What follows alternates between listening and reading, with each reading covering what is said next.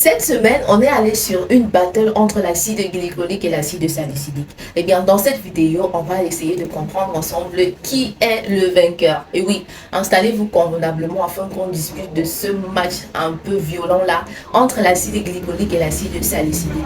Tout d'abord, on était parti sur exactement 4 critères. On avait premièrement la profondeur d'action. On avait également la capacité d'exfoliation et on a eu un quatrième round qui était sur la tolérance cutanée. On va également parler d'un cinquième round qui va être très déterminant au cours de la vidéo. Allez, n'hésitez surtout pas à vous asseoir et on va commencer. C'est donc parti pour le premier round de cette bataille, de cette battle entre l'acide glycolique et l'acide salicylique.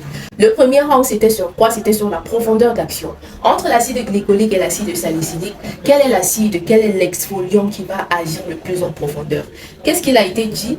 Il a été dit que, étant donné que la barrière de la peau était hydrolipidique, c'est-à-dire qu'elle était composée à la fois d'eau et de gras, et je m'en vais donc vous poser la question pour qu'ensemble on puisse comprendre. Si on a une surface qui est semi-grasse, quel est le corps qui aura l'aptitude de traverser cette barrière de manière plus facile? Est-ce que ce sera le corps gras ou bien est-ce que ce sera le corps liquide, le corps aqueux? On comprend donc tout simplement que ce sera le produit qui aura la capacité d'être soluble dans le gras. Et quel est l'acide entre les deux qui est le plus soluble dans le gras ou bien qui est uniquement soluble dans le gras? C'est l'acide salicylique et c'est le seul également. Oups. Et c'est le seul qui est liposoluble pendant qu'on y est. Donc l'acide salicylique aura cette capacité justement de traverser cette couche hydrolipidique là afin d'atteindre les profondeurs, avant de travailler, avant d'effectuer le rôle qu'il aura à jouer. Donc l'acide glycolique sera simplement heurté au niveau de cette couche là parce que voilà, ce sera une solution liquide, elle ne va pas pouvoir traverser le gras. Et donc elle va donc rester au niveau de la surface et agir au niveau de l'éclat du teint, au niveau de la texture de la peau, au niveau du grain de peau, vraiment. L'acide glycolique va agir sur tout ce qui concerne l'état global de la peau. On va dire ça comme ça.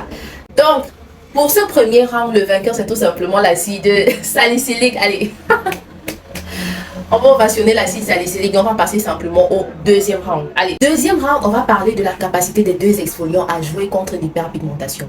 Comme j'ai dit à l'entame, c'est facile. Est-ce que vous pourriez déjà deviner à l'avance? Qui devine? Eh bien, le gagnant, ce sera simplement l'acide glycolique. Pourquoi? Comme j'ai dit à l'entame, l'acide glycolique, c'est vraiment l'exfoliant qui va agir en surface et va accélérer le renouvellement cellulaire. Il va comme ça jouer sur le temps. C'est vraiment l'acide qu'on choisit justement lorsqu'on veut avoir un petit coup d'éclat, lorsqu'on peut avoir un petit coup de magie comme ça, c'est l'acide idéal. Par contre, l'acide salicylique, quant à lui, est plus indiqué pour les personnes qui voilà, veulent résoudre des imperfections particulières, qui ont la peau grasse à tendance acnéique ou bien sujette aux imperfections, comme je disais. Donc, sur ce round, l'acide glycolique va gagner tout simplement. Il a son premier point. Donc, ça fait acide glycolique 1, acide salicylique 1. Vache là. Ici, je tenais à préciser une petite parenthèse. Je n'ai jamais dit que l'acide glycolique à lui seul suffit pour résoudre un sérieux problème d'hyperpigmentation. Pour résoudre un problème d'hyperpigmentation de manière pertinente, il faudra justement l'associer avec des actifs tels que l'alpha-arbutin, la vitamine C, la niacinamide, l'acide tranexamique ou même l'acide azélaïque. C'est important de savoir mixer ces actifs-là pour avoir des résultats pertinents sur n'importe quel type d'hyperpigmentation et sur n'importe quel niveau d'hyperpigmentation. Donc, quand j'ai fini de dire ça, je passe au troisième round. Donc, troisième round, ce sera sur quoi? Ce sera simplement sur la capacité d'exfoliation. La capacité d'exfoliation entre ces deux acides, lequel va exfolier de manière beaucoup plus pertinente. Donc sur ce round-là, c'est l'acide glycolique qui remporte. Oui, l'acide glycolique obtient donc son deuxième point et l'acide salicylique, voilà, est encore un point. Donc ça fait 2-1. 2 pour l'acide glycolique. Ici, comme je disais, concernant la capacité d'exfoliation, vu que l'acide glycolique agit en surface, c'est vraiment l'acide qui est recommandé pour pouvoir exfolier sa peau, pour voilà, ouvrir les pores et justement préparer même la pénétration d'autres actifs pour d'autres rôles en fait. Donc si on veut vraiment avoir un meilleur effet exfoliant, si on veut vraiment avoir un meilleur effet sur la qualité du teint, sur la qualité et la texture du grain de peau, on doit se retourner vers l'acide glycolique. L'acide salicylique, là ça va pour les peaux grasses, là ça va débarrasser, prévenir l'hyperkératinisation et prévenir les boutons et tout. Donc son rôle reste à ça, son rôle reste là. Donc pour ce round là, on est à 2 pour l'acide glycolique. On va passer au quatrième round. Ici, c'est la tolérance cutanée. De ces deux actifs, lequel est tolérable facilement, même pour les peaux sensibles? C'est l'acide salicylique, tout simplement. Malgré qu'il agit profondément, justement, il est le mieux adapté pour les personnes qui ont la peau sensible. L'acide glycolique peut être un peu trop fort pour un début et beaucoup de peaux ne la tolèrent même pas d'ailleurs. Donc c'est pour ça que pour ce round-là, l'acide glycolique obtient donc son deuxième point. Il monte un peu. Et là, le match est serré. On est à 2 partout. C'est pour ça que je disais que le cinquième round allait être très déterminant. Et ce sera sur quel critère? Ce sera sur la polyvalence. Polyvalence. Lequel est le plus polyvalent? Vous savez, on peut en guerre. Et quand on est en guerre, il faut avoir plus d'un tour dans son sac. Parce que arriver là-bas, on ne sait pas ce qui va nous aider. On ne sait pas. Justement, l'acide qui sera donc le plus polyvalent va simplement remporter la bataille.